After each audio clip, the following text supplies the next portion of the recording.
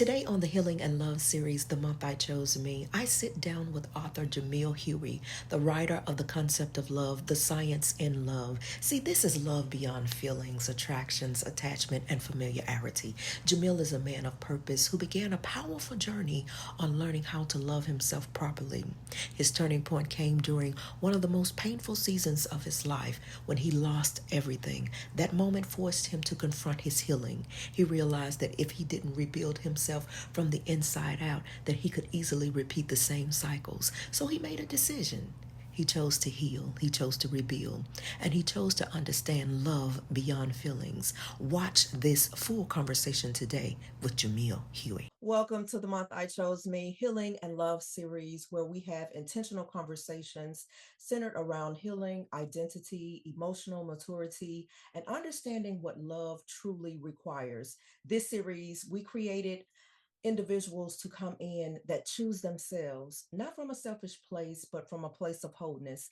Because, see, when you choose healing, you choose clarity, and clarity leads to freedom, and then freedom leads to choosing love the right way. Today, I am honored to be joined by a powerful and purpose driven man. Jamil T. Huie is an author, music writer, former U.S. Marine, and registered nurse. He is the author of The Concept of Love, The Science in Love, where he explores the deeper meaning and responsibility of love beyond feelings. In this session, he explains how being a man of purpose, fully aware that he has something meaningful to offer both himself and to the world. Jamil, welcome to the month I chose me. Thank you, Coach Kenya. How are you? You shared something powerful with me. You said that my healing journey has taught me to love myself properly. Yes. So, when you say that you love others in the right way, it also teaches you how to love in their way, also. Yes. So basically, when the journey started, because the journey started with a heartbreak, as you can see in the beginning of the book, it says, this is basically inspired by a heartbreak. By heartbreak. So when I did go through that, I finally realized that I did not accept myself for who I was, and I did not love myself for who I am. Once I discovered that, then I told myself, I said, you know what, Jamel, it's time to like sit down and like literally look into yourself and see what are the ugly parts of you, what are the beautiful parts of you, and why don't you love the beautiful as well as the ugly parts of you? So once I learned how to love all of me, then I realized that, hey, you know what? I love myself in this way. Like I want the best for me. I didn't want the best for me before. Now I do. I want the best for Jamel to far right here. I say, I tell myself that every day. I want the best for you, sir. Work hard, do what you got to do to get there. So now that I've learned to love me the way I need to be loved, and I finally understood that, hey, you know what? Throughout my history of relationships, whether that's with my spouse or family members or friends or whoever it is, I did not love them the proper way as well, or meet them somewhere in their and on their desires. So if somebody say, "Hey, I like it when you talk to me a lot more," or "Hey, I want you to buy me flowers," or "Hey, you want me to do this," I was not doing that. I realize that even now when I think about some of my past relationships, I always thought it was, hey, I'll go work hard. I could buy you something, or I'm taking care of this bill. I'm taking care of this. That's me being doing my manly duties, and this me is me showing you how much I love you. But in retrospect, you have to think about what somebody else wants. Like with my Mm, kids, I had to learn that, hey, just buying them things doesn't do anything for them. I have to spend time with them. Now my kids respect me, and they respected me before and they love me more, but they love the time that we spend together. We go out all the time now. We talk all the time. Even my son now, he's more open to me. Tell me about what's going on in his life. My daughter, she's getting more open to me. She's 12 now, so she's kind of warming up to me. But with females, y'all kind of like, secretive and stuff like that. But yeah. she loves her father, and I can tell. Like, what I'm saying? So that's when I say meeting somebody, even if you can't meet them all the way, just meet them half the way or quarter the way. Hey, you know what? This is how I like to be approached. This is how I like to be texted. This is how I like to be talked to, and be willing to do it. That's also part of it. You got to put the work in. You got to put the work in within yourself, because you got to create patience and say, you know what? Okay, you know what? I'm going to put my own self aside for a second and just look into the other person's eyes and say, you know what? This is what they want. You know what? I'm going to do my best to give them as much of that as possible if I can. Sometimes you just can't meet them all the way, but at least do something to meet them part of the way. Mm. So, what was the moment you realized that your healing was necessary? I realized it when I lost everything because Mm, because what happens in life is we kind of always think that if we destroy ourselves or mm, give ourselves pain, then we're gonna bring the pain back that just left. And you mm, don't need that pain again. Like that pain left for a reason. You know what I'm saying? mm, So that's when I realized, like, you know what, this doesn't make any sense. I'm losing everything. So now I need to calm down, take a deep breath, calm down. Okay, look within yourself. I understand you're hurt, you're in pain right now, but you got to get up, dust yourself off, and then now you got to walk the path that you've been walking, and then rebuild yourself and take yourself to where you was planning to go in the first place. Sometimes hurt happens. We all feel mm, pain. We all go through these relationship situations, and like again, like I said, it's not just about a spouse or somebody else you're dating. It's family members too. It's your friends. It's your coworkers. It's the neighbors across the street. These are all relationships, and all of mhm, this is some form of love. I also had to learn that as well, that love is many things. It's not the one way we all think of it. Oh, I'm gonna fall in love with this beautiful princess or this knight in shining armor, whatever it is. Love is many things. Love can be something you're creating. It could be a friend. It could be I don't know, you're going to school, you're working out, a project, mhm, a hobby. Love is everything. Love is all around us. It's just that we have to realize it and look at life a little bit different. And in my opinion, in my true opinion, in my whole heart, I feel like life becomes a lot better and more full once you realize that love is everywhere. Like, you know what I'm saying? Just open your eyes and accept it. mm, mm. So, your book is titled The Concept of Love, Mhm. The Science in Love. So, that title alone, it teaches us that love is not just from an emotional, Yes. but it's very intentional. So, in your understanding, what does real love require beyond feelings? Work. So it takes a lot of work. So once you realize that love is work, it's not just, hey, I love you, or I'm feeling like my dopamines are shooting up or my serotonin is going down. It's more than that. It's a lot going on in your body when it comes to love. That's why also the misconception of love happens a lot. Because we're Mm, going through all these little tingly feelings and stuff like that, and our bodies are reacting. Everything is an emotional reaction. Whether you spill a tea on you, somebody punches you, somebody hugs you, somebody kisses you, you're doing a project. All of this stuff is like elixirs happening inside your body. Your hormones are shooting off and it's giving you signals to feel something. Your body is a capsule of feelings, a mm, sensory organ. That's basically what you are. So everything your body's just feeling and receiving. So when it comes to our emotions is basically the dominant force in our system. You know what I mean?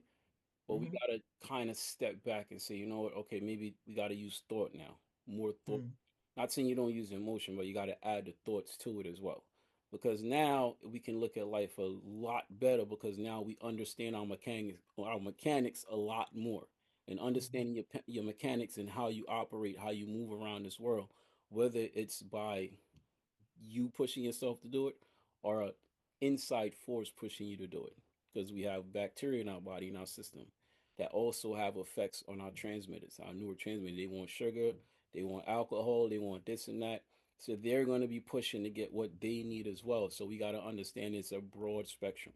You know what I mean? Our past have a lot to do with our decisions that we make, who we sleep with, who we become friends with, what political decisions we make, stuff like that. So we got to like, the point of this is like to once we bring this all together and get a more concrete understanding of what's going on within us or inside of us, then now I think it's possible that we can have a fuller experience because now we see things other than how we've seen things or other than how our grandparents or our religion or our cultural beliefs has been pushing us to believe the entire time. Because now it's like I understand that, hey, you know, I'm hanging out with this person, and this person I have certain feelings for, so now my receptors are shooting. So now my body's saying, hey, you know what?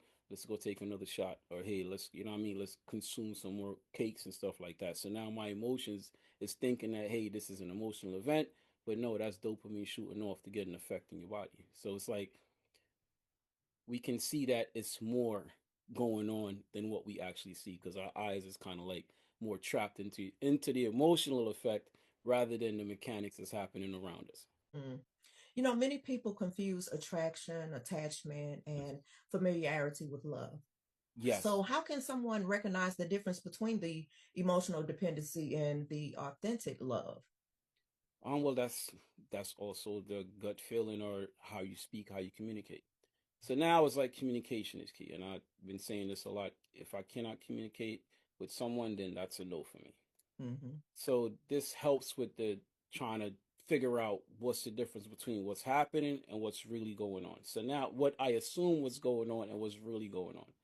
A lot Mm-hmm. of times people will show you their true colors.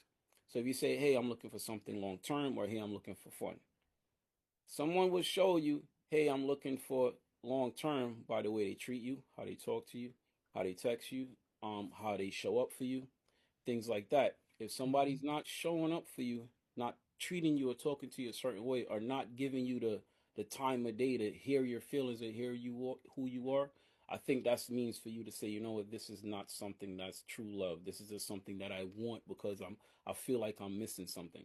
And a lot of times we feel like we're missing something and we make bad decisions in those moments. So somebody might take you out just for a good time, and then we Mm-hmm. misconstrue that good time for long term because hey, I'm lonely or I feel some type of way or this like that. And this is why checking yourself first before you jump and make these decisions.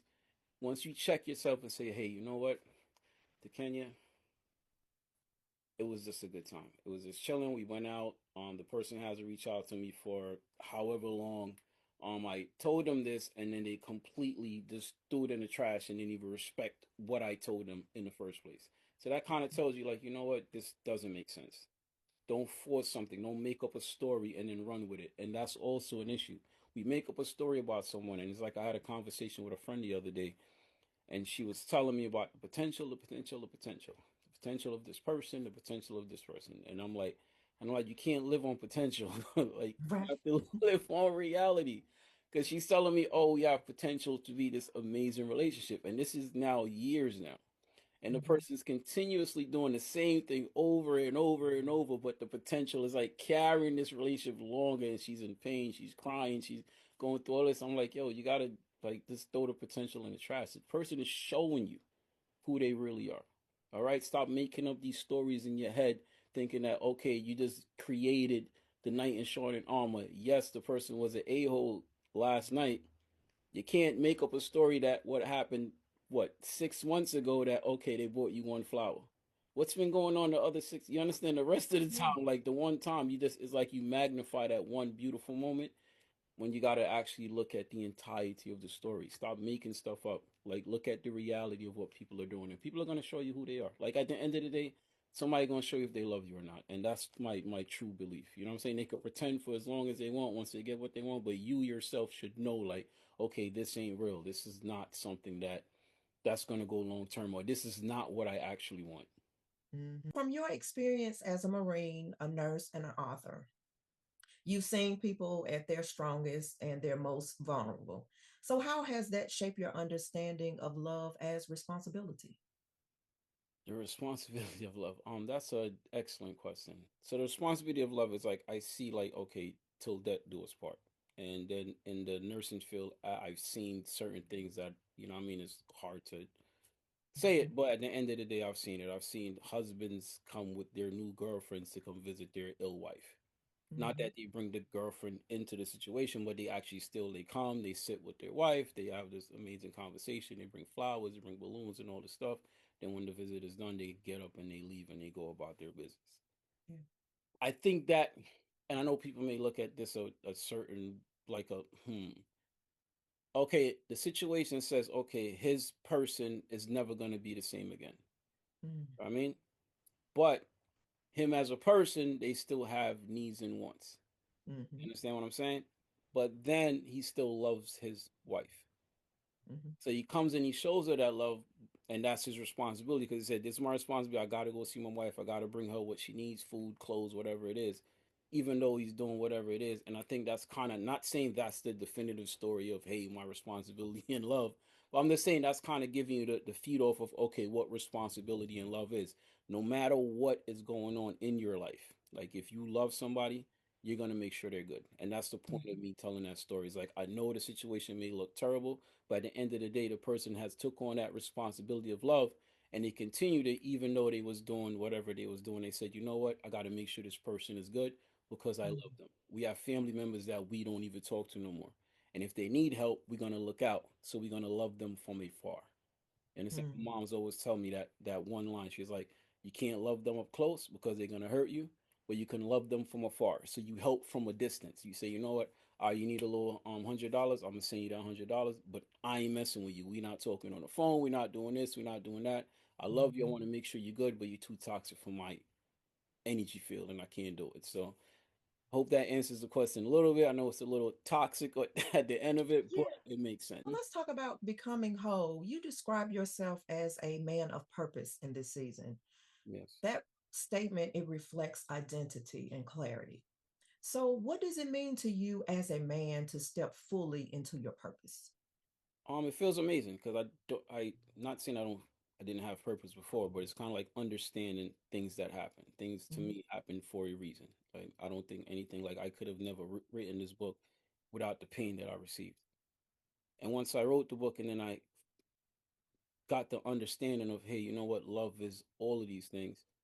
This is something that is not only for me. I'm not going to gatekeep information that was given to me in order for me to spread to the world or spread to certain amount of people that need this information. We all, like I said before, we all go through these days of hurt, pain, and suffering and things like that. Like we need some type of outlet, something to say, you know what, somebody else went through it. What did they do to get through this?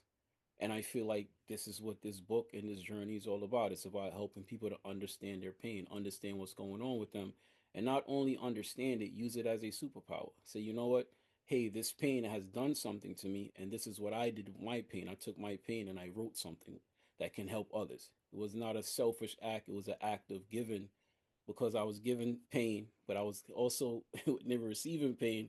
I was also given a journey and something to do to help others as well. So it feels great. Like I said before, it feels amazing. It feels wonderful. Nervous. Like I said, I Yeah. hope what I'm doing as well as helping as many people as I possibly can. That's the main thing is just to help as many people as I can to know that when it's pain, it's not the end. Pain Yeah. is just the beginning. You just got to take that energy, ball it up, and say, you know what? All right, I'm going to do something with it, and I'm going to take it to wherever it's supposed to land. So, this series is called The Month I Chose Me. Choosing yourself, it often requires us to let go of the old version of ourselves, let go of things that no longer serve us. So, what did you have to release in order to become the man that you are today? I had to release doubt, doubting Mm, myself, doubting who I am, because I doubted myself. I didn't even realize I doubted myself that much. It's like, yeah. well, it's like, oh, yes, because I wrote books before music. I've done so many things, and it's like you feel like you're doing a lot, but it's like I always felt like I never accomplished anything.